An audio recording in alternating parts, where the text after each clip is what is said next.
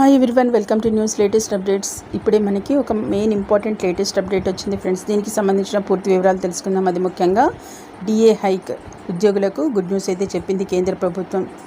వేతనాలు అయితే భారీగా పెంచుతోంది.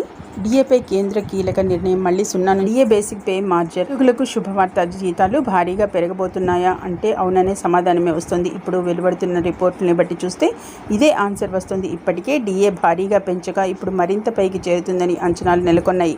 అయితే మరోసారి జీతం ఎందుకు పెరగవుతుందనే అంశం అయితే మనం ఇప్పుడు తెలుసుకుందాం. ముఖ్యంగా 2024 సంవత్సరం ప్రారంభంలోనే 1 కోటి మందికి పైగా ఉద్యోగులు, పెన్షనర్లకు డియరెన్స్ అలవెన్స్ ఏదైతే డిఏ అలాగే డియరెన్స్ రిలీఫ్ డిఆర్ పెంచింది.